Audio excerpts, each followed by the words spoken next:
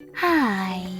In front of me is Samsung Galaxy A24 and today I would like to show you how you can disable Google Passwords Manager. Begin by going into Devices Settings and scrolling down to access Google section. Now tap on Autofill.